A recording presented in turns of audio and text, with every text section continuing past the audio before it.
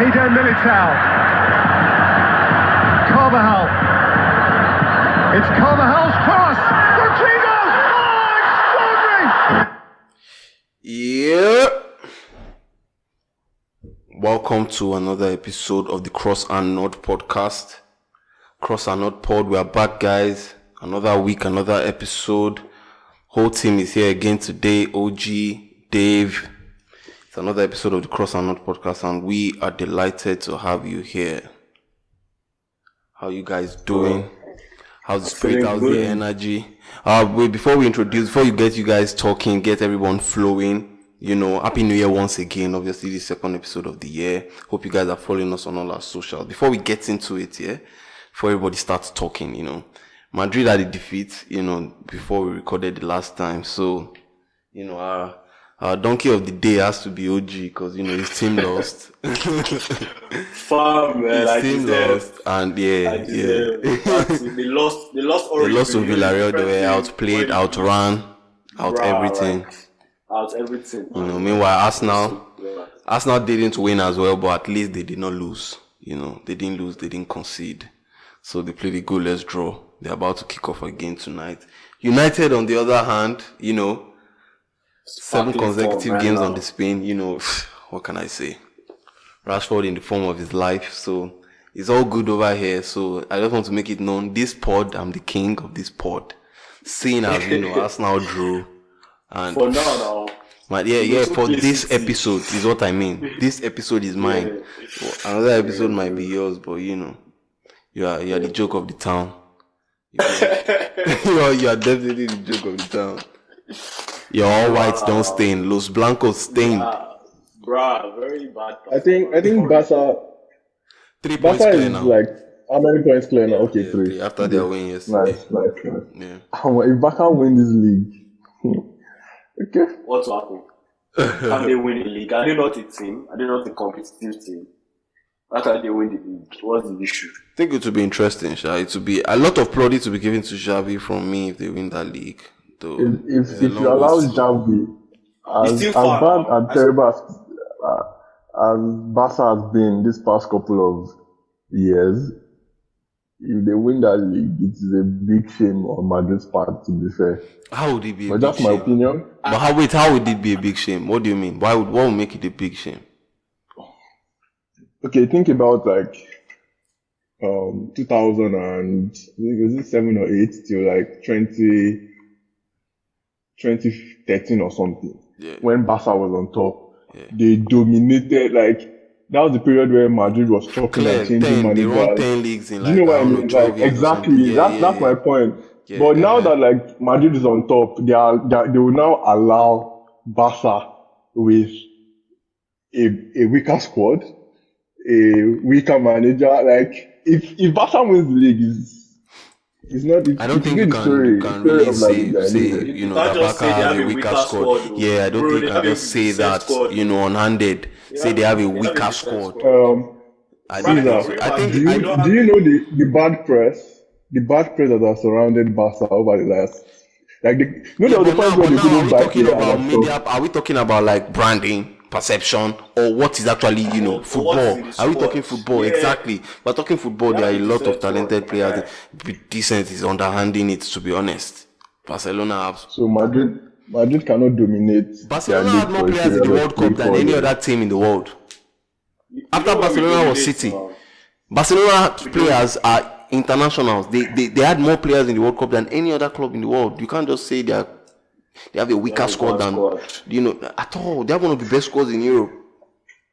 When I say they have a weaker squad, I'm relative I know it's in comparison Madrid. to Madrid. Yeah, but even in comparison to Madrid. Yeah, but even in comparison, first of all, they have more bodies. You know. They have more bodies. Madrid, we don't have a good right back. We don't have a good left back. Oh man. Yeah. That's what I want to hear. That's what I want to hear. We don't have backups. Excuses. Drop them excuses in advance. Drop those excuses in advance so that when you eventually lose the league, you say, "Oh, we didn't have a good right back. We didn't have a good left back." I'm not even supposed to be saying anything. You lost, so lost shot it. Bro, whatever he says is right. Whatever he says is right. Yeah, talk in your pride. All those 14 Champions League, talk that in. You lost, bro.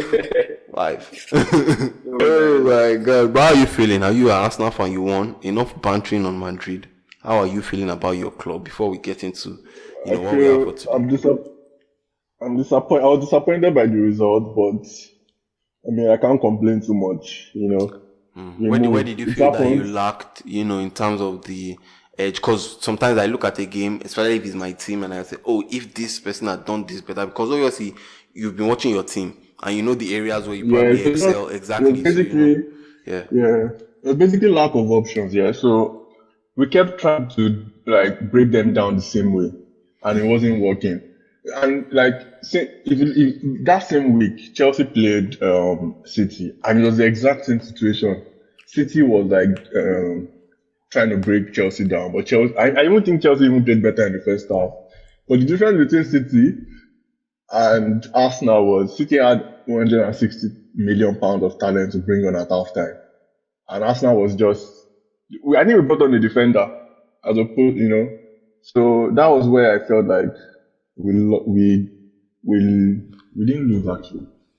I That's why I feel. felt like we didn't have enough to like beat But Newcastle. it could be argued that on the pitch, because you said like City had 100 and something on the bench they could bring on, but on the pitch, what you have outvalues what Newcastle has, so you should be able to break them down. You do have So better players than they it's do. never when I mentioned the value, I wasn't even speaking about like in terms of like No, but the it things speaks to on the pitch. quality. I was thinking in The terms of value like speaks to quality. so when I said that value for City, I was saying it relative to Arsenal. Do you Yeah, get? yeah. Not relative to Chelsea that they were playing with, or not Arsenal relative to Newcastle that we're playing with.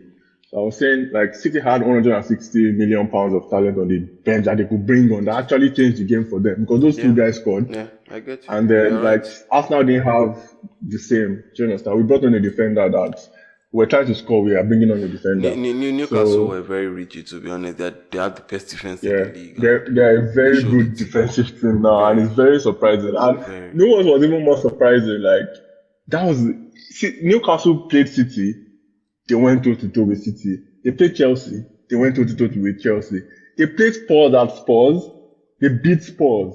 But then they came to Arsenal and they started playing around football. Not like Yeah, I'm they did the complaining, but same thing like with United. I it was think very they pick their surprising. battles though. I think they pick their band. They do that It was very very wisely. surprising that They do that that was very how they set wisely up. because But they did it I with mean, United I too. The guess United game too was 0-0 with the better team, but it was just a draw. And at the end of the day, like it's those kind of draws that are like, to be honest, they deserve the draw in terms of Newcastle's perspective. You can say, oh, we should have won the game, but Newcastle deserved the draw.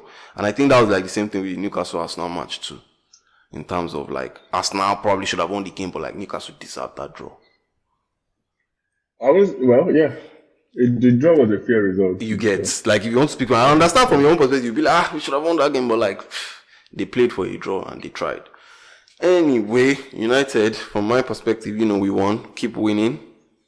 I like the spirit around the team right now, so I'm really happy with that. You were going to get into the referees at the back of your match, yeah, Dave. So like at the beginning of that game here, when I saw the way the referee started dishing out yellow cards, I felt it affected the rest of the game in the sense that like he lost control of the game early on.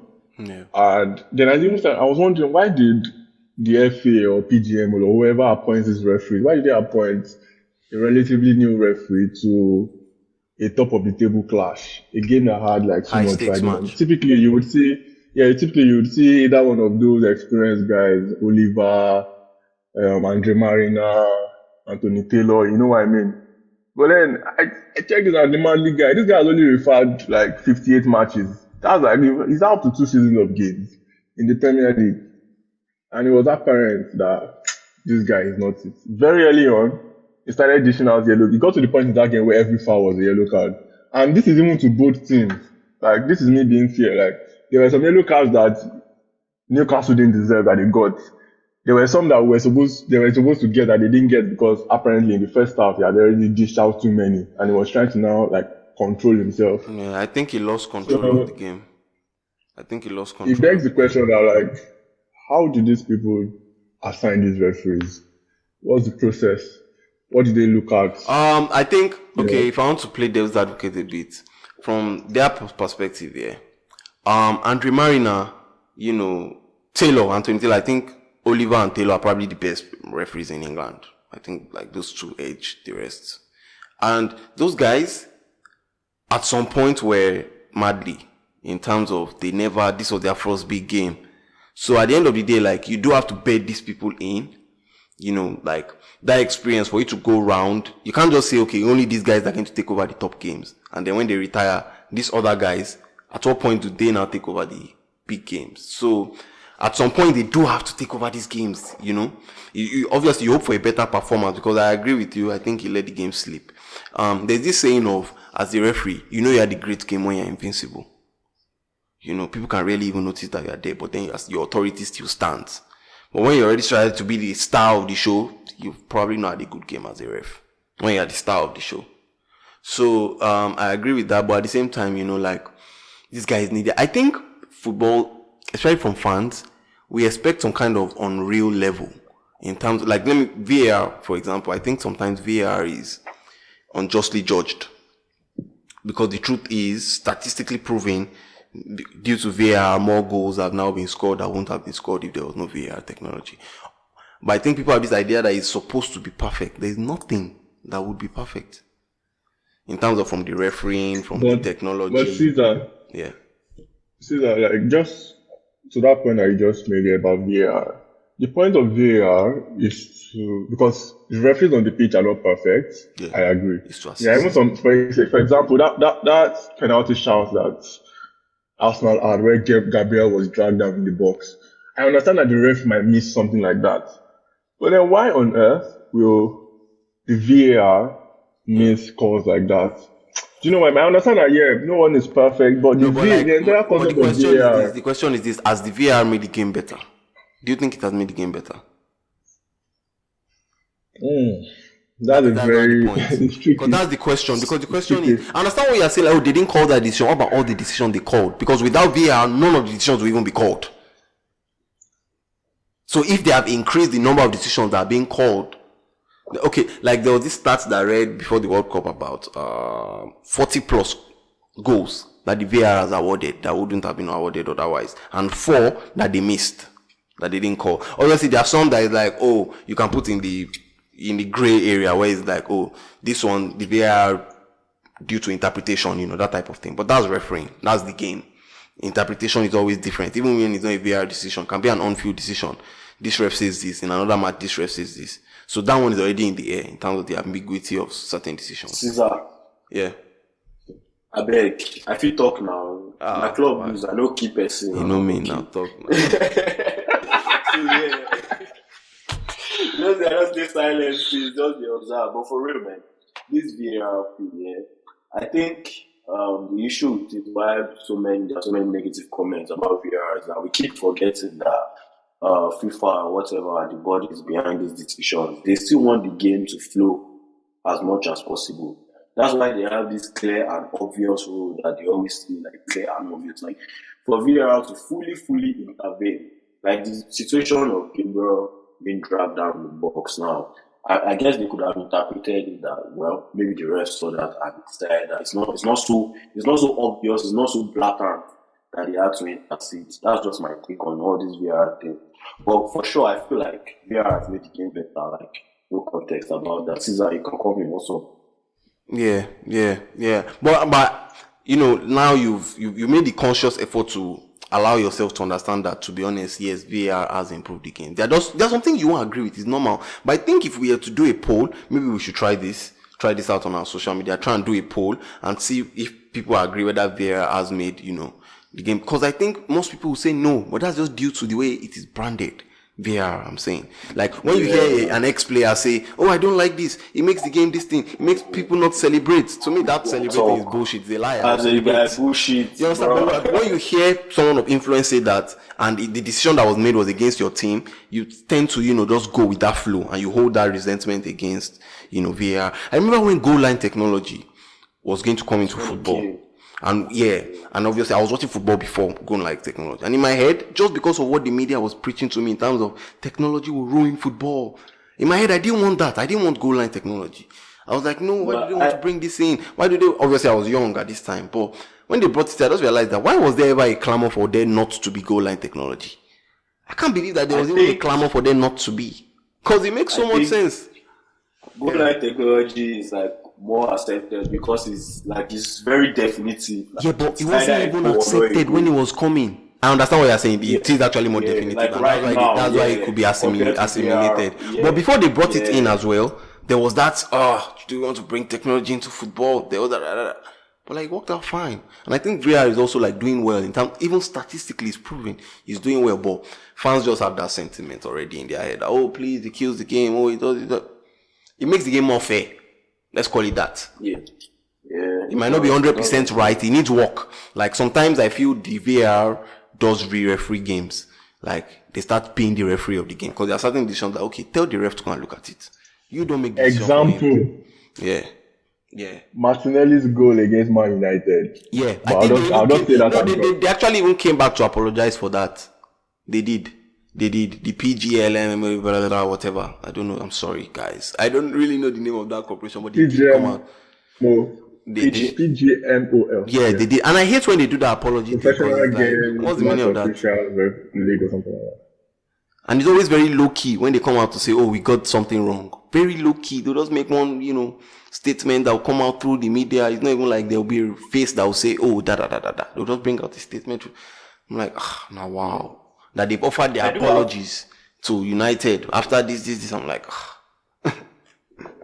I do have an answer for David though, as to how when referees are selected for matches here.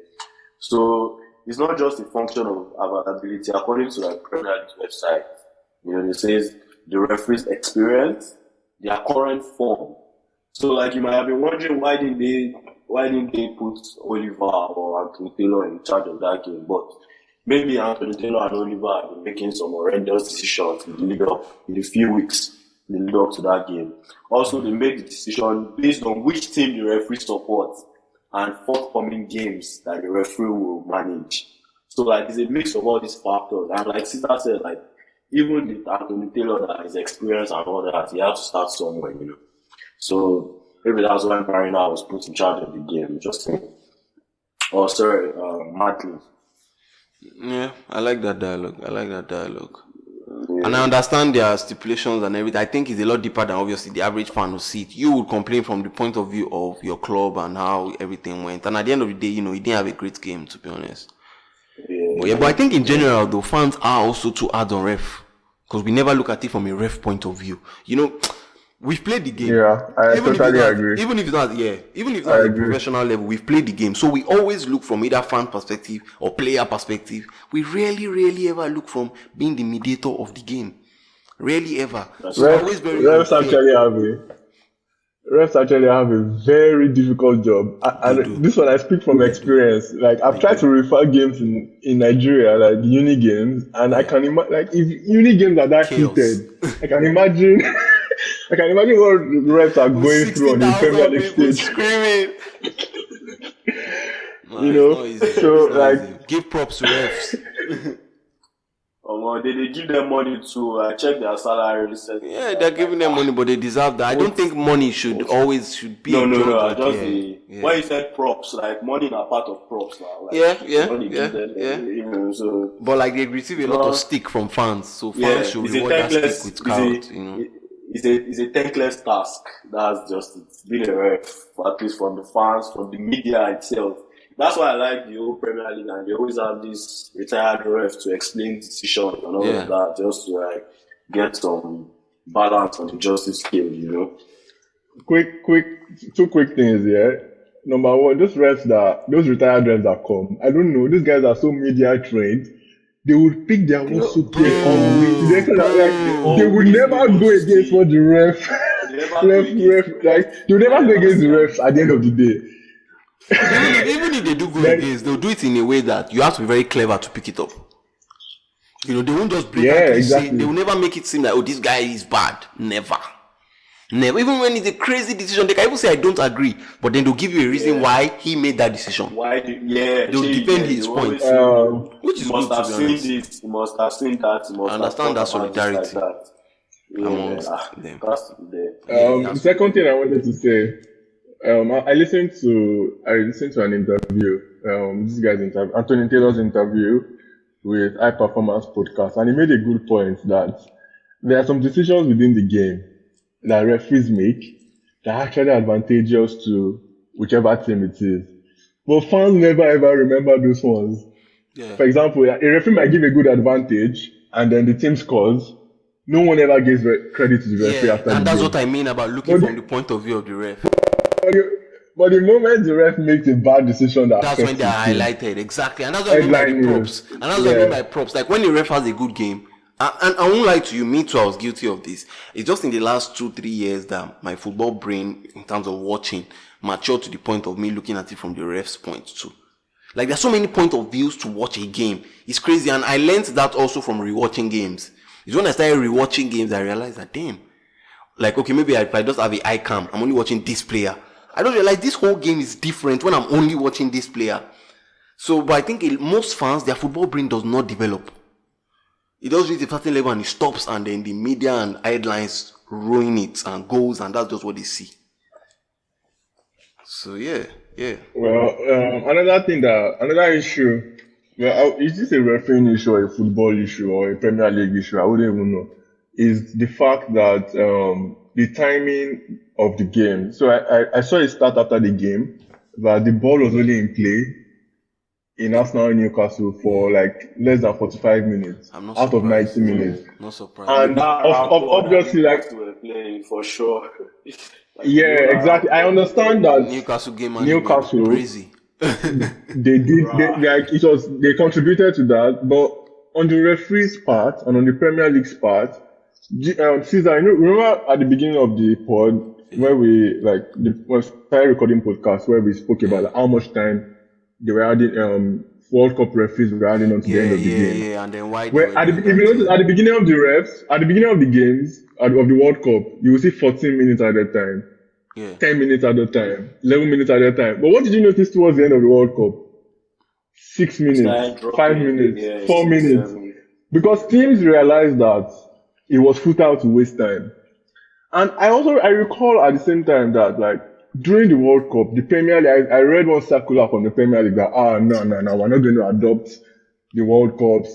They can't, to be honest. I know reasons why, due to scheduling, due to like money. There are lots of things why that I can attest to and understand why they would do it. They wouldn't do it like that in terms of the time. But then it begs the question that if the ball is in play for less than 45, that's even less than a half of football.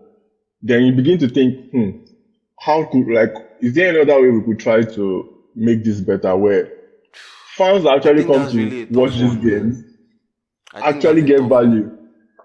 Do you know what I mean? They do, because like the Newcastle fans will tell you they got good value for their money. Because when Arsenal fans didn't get good value for their money. But that's on us now. That's not what I want to say. It's on us now to try and stop Newcastle from allowing the game to go that way. It's not easy. It's easier said than done. But it's Newcastle that wants to play that way.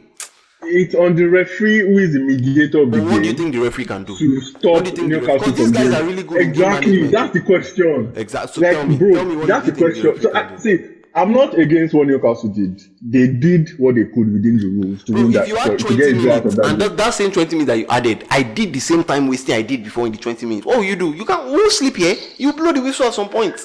I can manage the game to the point that the ball is not in play, but time is going. Go on. See, that's why like what you just said is the reason I made the point at the World Cup where at the beginning, the other times were like 14, 15 minutes, 11 minutes, 10 minutes. But towards the end, it dropped to like 3, 4, 5 minutes. It's easier for you to do that in a competition where calm down. The more point teams are progressing, the more teams that want to win. They are different from there's something that's set up that how I am playing is how I am playing, period. Caesar, let me finish making my point. I understand, you're right, but the point I'm trying to make is if there's that awareness that if you waste time, it gets added on. Over time, teams will stop trying to waste time and the ball will actually flow better. I don't agree. I don't agree with that. I don't agree with that because that wasting that is deliberate. From a manager's point of view, that is how I want my team to play. Oji, go on though. Dave, you know a team can waste 30 minutes of. Would they add 30 minutes after 90 minutes? Is that possible? As in, it's not possible. They cannot add 30 minutes, 20 minutes. Max for World Cup where we see now, I think 11 or 12 or so. I think there was 14. That 14 was because the guy was injured though. There was a very long stoppage and VAR in that 14. Yeah. So like no matter how much time teams waste, bro, they can't add all of it back. They can't just add all of it back. It's up to you to find this. It's part of the game, man. Like it's part of the game. But understand what Dave is saying. It should be measured, Sha. Try and reduce it. Obviously, it can't be taken away. It is game management. But putting all these policies can reduce. For the most part, I agree. I agree with all of you are saying. But in 1960, when there were no yellow cards and red cards, it was part of the game. You know, let me finish. In wherever time, before goal line technology, like we mentioned earlier in this episode, it was part of the game. Yeah. Before VAR, it was also part of the game. But these were things that evolved. Like, we need to start thinking about how can we, David Dean was like former vice chairman of Arsenal, for those that don't know. He was saying, I was listening to a podcast the other day and he was mentioning that, okay, let's try to cap games at 60 minutes, no more longer 90 minutes, and stop the clock. You know, like, let's just start trying to think about ways to. Yeah, but let me now tell you where solve the problem. No, calm down, let me finish. Don't let us just say, oh, it's part of the game and allow the problem to persist. Do you know what I mean? Okay. I'm sure, like, of course, every solution we have there's a thin line between what you are saying and completely changing the game. At the end of the day, we want to make the game better, not completely change the game. We want to maximize what we're getting, not completely change it. Do you understand what I'm trying to say? Football has its own natural evolution, and then we are adding things to it. So what you are calling for, in terms of let's go so drastic now and revolutionize the whole thing, can ruin the game. It can. There's a very thin line between that, though. Between, add this there, enforce this there. At the end of the day, it's game management now. Like that stopping of the clock thing. Let's leave it to my legend Arsene Wenger, the FIFA's head of global football development, to sort out all those ones. Let's continue with the pod. You say that legend. Almost forcing the clock will be a slippery slope. I can't even lie, because you can't take all these gimmicks out of players themselves. Have their gimmick. They want to be the show. In fact, no, bro, not even that. It's not even that. Look at it from a business point of view. Let me give you an example now. Forest are playing, Brentford are playing, Spurs and Arsenal are playing simultaneously, and they're playing at home. This is all in the London area.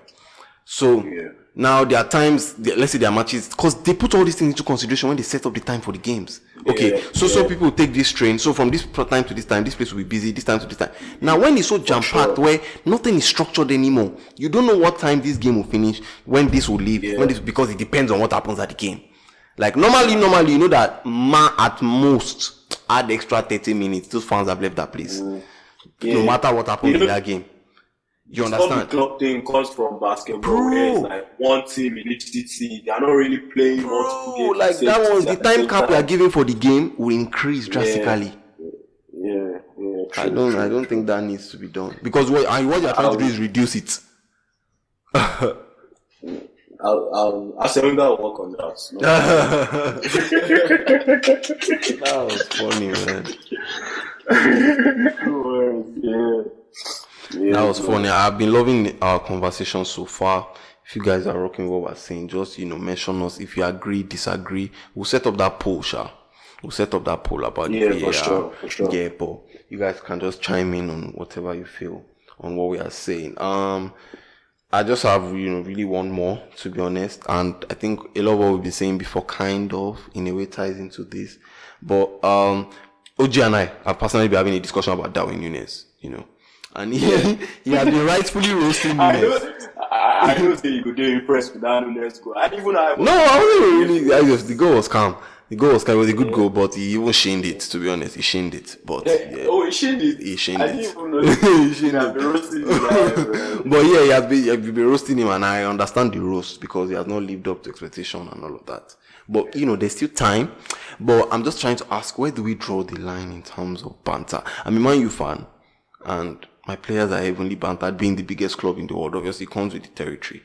But I always feel like there's sometimes where it crosses the line of Like, calm down. Like, these people are human beings. I don't think fans see these players. We don't humanize them. It's not only players, just celebrities in general. We really don't humanize them. And we always back it up with, he's collecting 20,000 a week. So, so I think, Don't be so. no, it is so. It is so because I'm collecting what I'm generating for this company.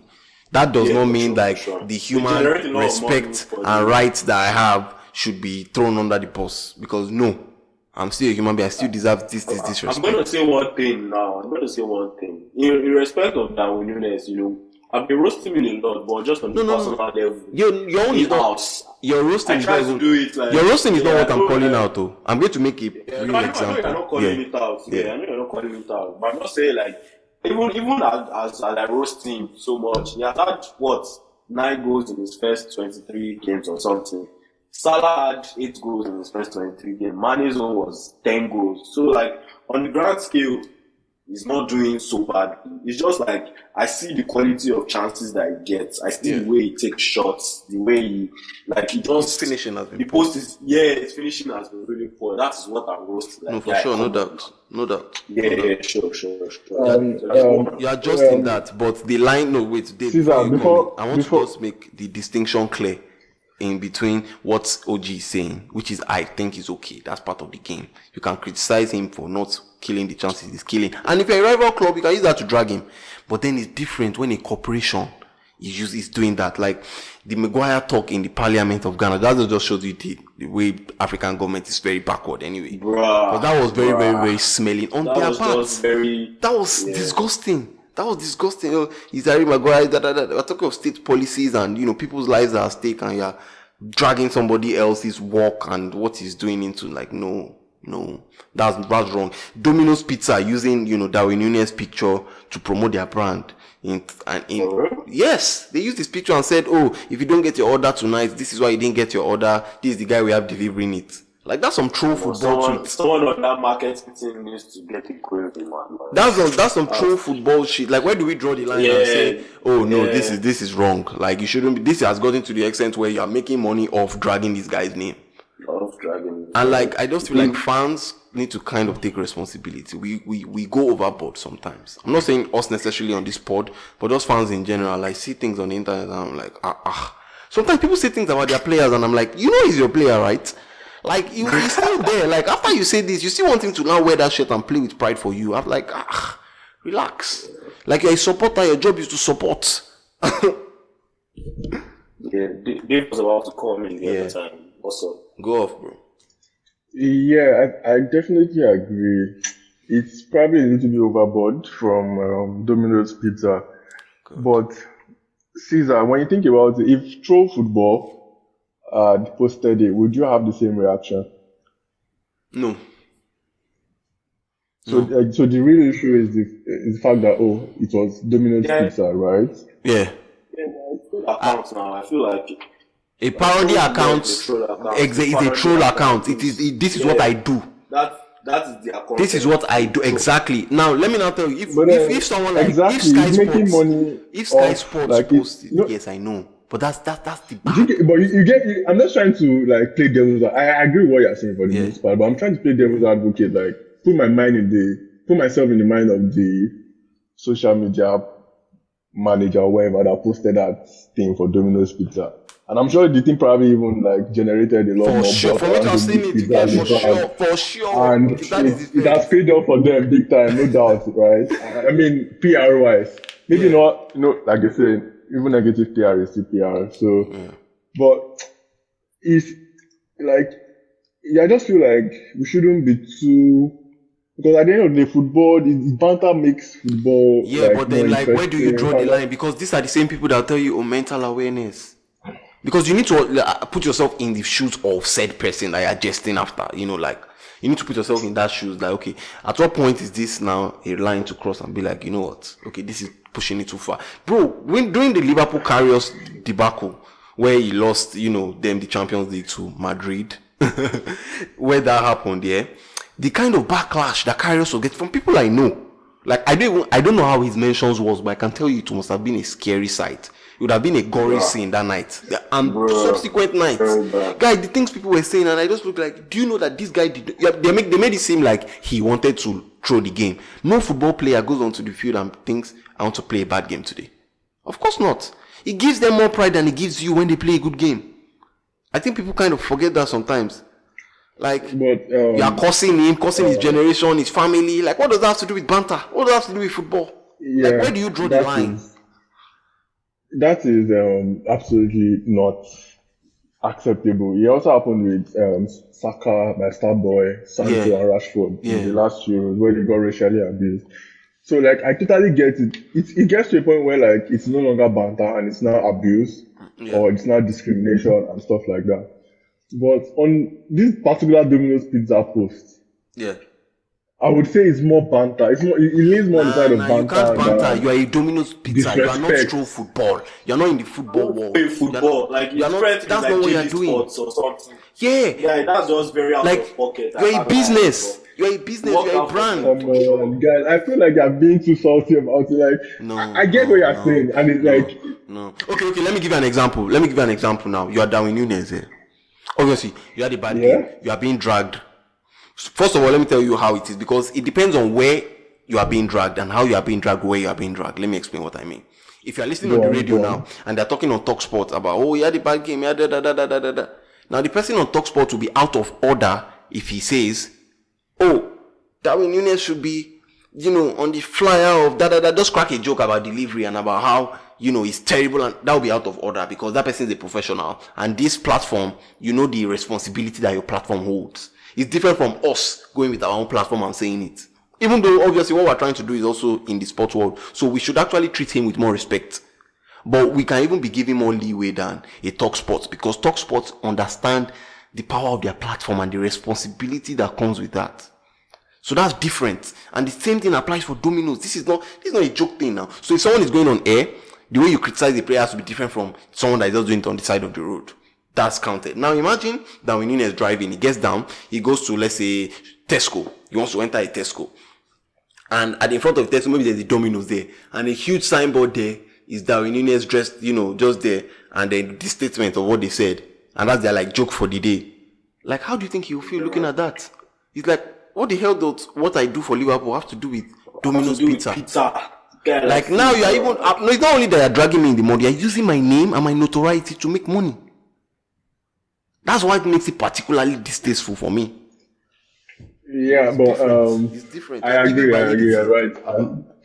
Thinking about it, it was a bit too far on Domino's. Imagine how a kid going to buy Domino's, just sit down, be like, who is that? Somebody will be like, he's a joke man, he's a joke thing, Yeah, it's very. But then think about it, he also even makes that's too far now. No, I think, to be honest though, I feel like all of these things is. That's why remember I asked at the beginning that if True Football posted that, would you have mattered as much? It's different. True Football don't have the same. I know. Yeah. I feel you, but when you just look at it from a footballing angle and not being not socially conscious about it, right? You see that at the end of the day, it's not like Domino's Pizza or that guy that posted that thing on their team wanted it to become like a big deal. It was more in the football spirit of banter. To have a negative effect on him. Is that what you are saying? Effect on Darwin. Yeah, exactly. And if you don't want it to have a negative effect, don't do it. How about that? No. Yeah, that's why I'm also pro football can do it, and you are fine with it. Yeah. Right. If Domino's Pizza does it shoouldn't be too much of an issue on Darwin Núñez's part because Domino's Pizza is not true football. That's exactly my point. No, I'm thinking of it from Darwin Núñez's point of view now. It's not like it will. Darwin Núñez, it's different. Affect his mental health differently if pro football does it and if it's Domino's Pizza that does it. Do you get what I mean? But it will. I'm telling you, it will. Let me give you an example now. Me being criticized. You feel me? As an artist, if there's a troll page that just trolls artists, and that is what that page does.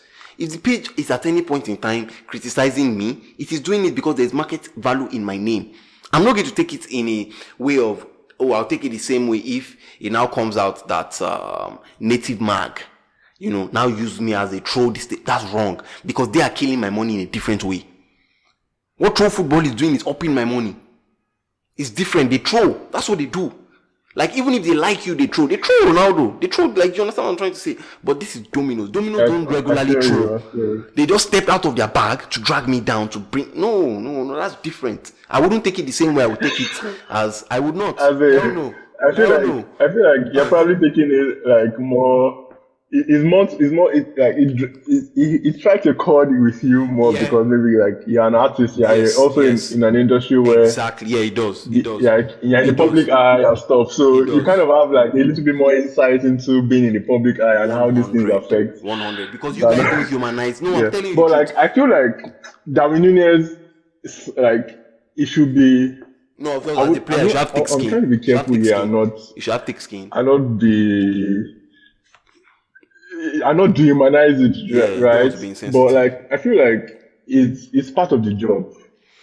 Yeah, I don't want to be insensitive. I feel like, but on Darwin Nunez's part, things like this is part of the job. There is a line. Like, that's just the point I want to. Because you said it's part of the job, but is it really? Like, really? Is that particular?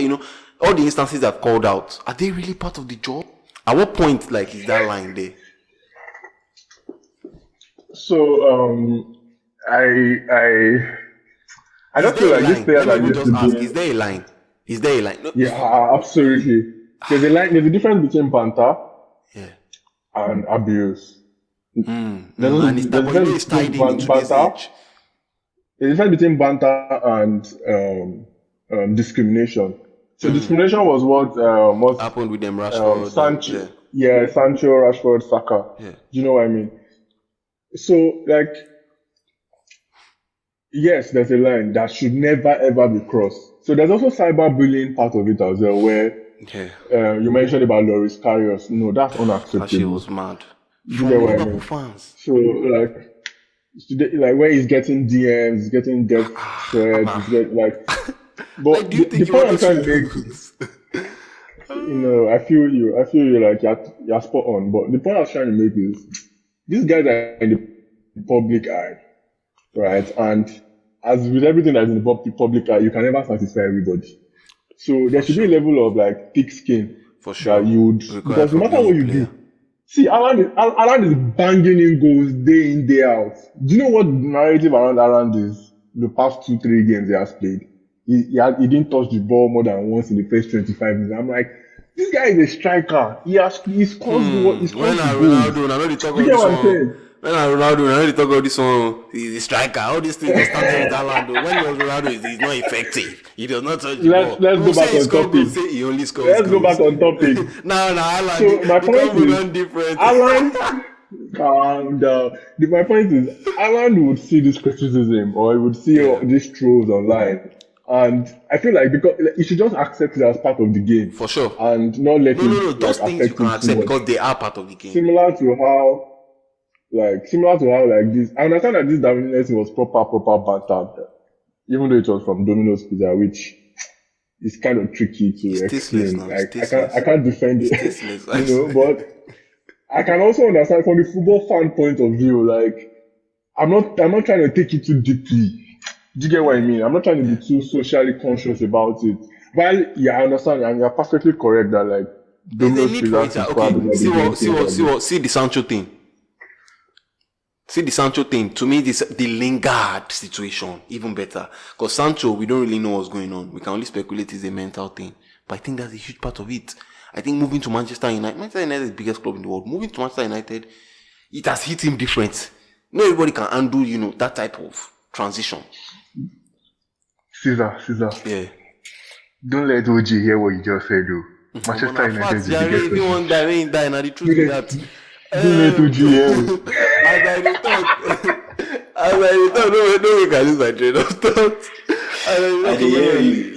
Lingard, with the Lingard thing, yeah. I was using Sancho and Lingard. Sancho, we don't even know yet, but Lingard came out later and said all the things he was going. Guy, what Lingard was going through, they would have made movies over what that Lingard was going through in his personal life. That was off the pitch, but like at that point in time, you don't know, and then you just criticize the player, just say some wild shit that you don't know that.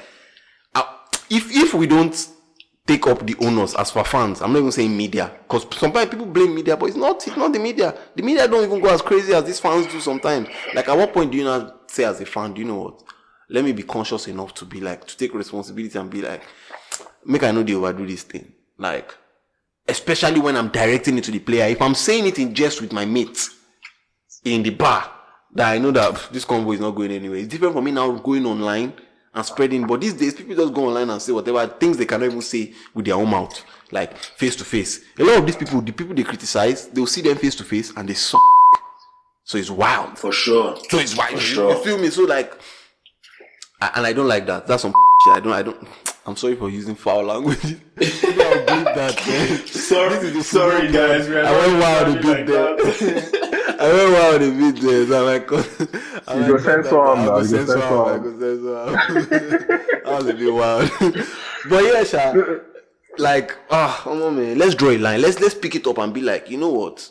Banter, let banter be banter. Let the rest be the rest. Okay, let me give you an example. People go into the Ronaldo thing, and not because they actually really care for whoever Ronaldo allegedly, assaulted way back when, but because they believe Messi is a better player than Ronaldo, they'll tag him a rapist. That thing's wild. I would understand if you truly believed it was so because of the details of the case, but nothing about the details of said case. I know this is probably a very sensitive example to use, but to me it's perfect one to use. The fact that it is sensitive, because there's nothing about the details that came out of the case can make you say absolutely without doubt that this guy is a rapist or a assaulter or whatever. Yeah. But some people use that as banter. I know someone personally, it's my guy, that uses that as banter, and I'm always trying to call him out on it, that bro, you are taking this thing too far. Because you love Messi does not mean you should label somebody this because of what was alleged. You don't even care of the details of the case. This person is not, because he doesn't give a fuck about the victim. He just wants to label this guy this because he is claiming goat. And I'm like, come on now. Like, when is that line drawn that you realize that, okay, this has absolutely nothing to do with football? Because it literally has nothing to do with football. So, yeah. This is just a wake-up call to you guys out there. You guys listening, exactly, because I was about to say, it's all of us. You guys listening are probably guilty of all these things too. I call myself out on it sometimes to that more. Make the day easy. You want to be doing your own job and people be criticizing the way they're criticizing these guys. And I don't want to hear that bullshit of how much they get paid. That don't mean shit. Get your bread up. Not their fault. Say, get your bread up. Get your bread up. You feel me? Don't go to drag another man now. Go say he get back. Let's allow that, man. So that's my case. The defense rests. Yeah, to be honest, prosecution too. Try. We all need to do better. Oh, now maybe defense. Now you be prosecution. The prosecution. So yeah, you read the nail on the head. Last thing you said, just be more conscious about it, like, I said. And not allowing, not crossing the line. I think that's like the major. Yeah, that's the major. I won't lie, let me to just tell you guys, when I was a lot younger, this is years ago, I didn't really know much about football, but I liked it. I was already watching it. And it was doing, in fact, this is not too long, it's long, because it's like 09, 08. Messi time, Messi prime and everything. I hated him. I shouldn't have. Like, when I grew older, I understood better. No, because at that point, I didn't even know what hate was as a child. But I just knew that I had this feeling for this guy where I would just be outside playing, and because man, you didn't win that 09 Champions League, I'll just be like, I wish Messi could just break his leg. Like, I would really be willfully wishing this guy could break his leg. Like, why? What's going wrong? Do you feel me? Like, but I was trained like, it is wrong, but like the culture, the football culture, like, encouraged me, that I was around, encouraged me to do that. To be fair. You feel me? Until I got the conscious decision that nonsense with that. We has to be ball. Say make in our ball houses. Where we watch ball. There's no culture of that. Just say stupendous. Bro, that in my head, I'm not even understanding that I'm wishing that this guy is going to be amputated. Like, what he don't do? Like, he's just doing his job. Yeah, bro. We all need to do better. That's the fact. I swear, man. So yeah, man. United, keep winning. Madrid took the L. Arsenal can't. Let's see what Arsenal do in their next game. I just want to say is that you guys Not are London quite derby. nice with the banter, because The day Arsenal will lose on this spot. Yeah, it's the gonna day be United will lose on this. I know. I go come loaded. Loaded. With Madrid will still lose more games. So Do you know why? Because no one cares so much about. I couldn't care less about La Liga or whatever happens in La Liga. That's why the banter is light, bro. I know what if you go to Champions League, it's going to be different gravy. Exactly. Do you understand? If you go Champions League, And you get now you will hear it. Bro, in fact, the way I will start the pod will be saving- different. I'm saving my The way I will draft. start the pod will In be advance. epic. Don't worry, when oh God, that's now. What I'm cooking for you. I'm taking this pod to another level, man. When Arsenal lose to United. I'm banter proof. You can only banter me. Do you know the funny thing? If Your we don't banter make proof is Champions I am League. currently top of the league. That's wild to me. That is wild. What is that? If you now win league, I would say it very confidently right now that win Arsenal will anything, make top 4. That's the only thing I can say confidently. Bro, you made top 4 now as a Wenger. Stop. As we went to be top 4. I can also say that Arsenal will win the Europa League. So yeah, no. So if you don't achieve any of those two things, let me see. you have the license to buy that. Not for any other thing. Man, okay. No, yeah, no. Now that Europa will even cost you the league, safe. Now part of why you don't go in. But anyway, let's just see. Let's see how it goes. The Cross and Nod podcast episode. Is this episode 3? Episode 4, bro. Wow, time. We're moving. Time flies. We're moving. Okay, episode 4. Cross and Nod podcast episode 4. I'll allow OG to plug you into our socials. You can follow us and all of that. You know. Yeah, thank you guys we're for always active on Twitter. We're always active on Twitter at CrossAndNod FT. That's Cross and Nod. The tactics where all these small teams they use win. CrossAndNod FT. No, wait, you win Champions League. Stop, bro. Stop, bro. Yeah, also active on Instagram at CrossAndNod, no FT this time around. And of course, if you are listening on Spotify, Amazon Music, Google Podcast, don't forget to click the subscribe button. Subscribe, rate us too, 5 over 5. I'm not mad. Yeah, man. 5. Oh, well, I don't need mad, dude. I love you guys. No, not the mad. I beg. Don't mind this boy. I am dead. I enjoyed this pod. I'm not going to lie to you.